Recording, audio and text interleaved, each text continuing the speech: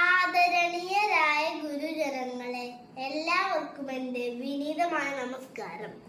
നിങ്ങൾ ദൈവത്തെ കണ്ടിട്ടുണ്ടോ? ഇല്ല. പക്ഷെ നമ്മൾ അമ്മയെ കണ്ടിട്ടുണ്ടല്ലേ? അതെ, അമ്മ തന്നെയാണ് നമ്മുടെ കാണപ്പെട്ട ദൈവം.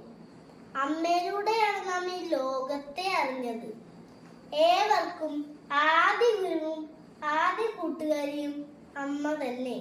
അതിനാൽ നമ്മുടെ ഭാഷയെ മാതൃഭാഷയെന്നും നാടിനെ മാതൃരാജ്യമെന്നും വിളിക്കുന്നു.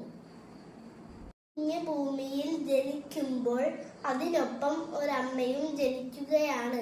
പിന്നീട് ആ അമ്മയുടെ മനസ്സും ശരീരവും ആ കുഞ്ഞിന് ഒരു സംരക്ഷണ കവചമായി വർത്തിക്കുന്നു.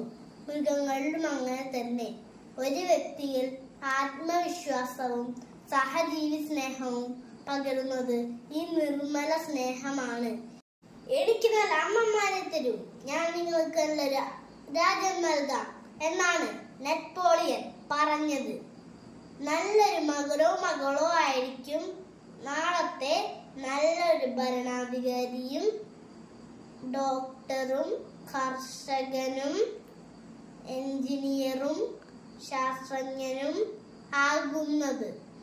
നന്ദി, നമസ്കാരം.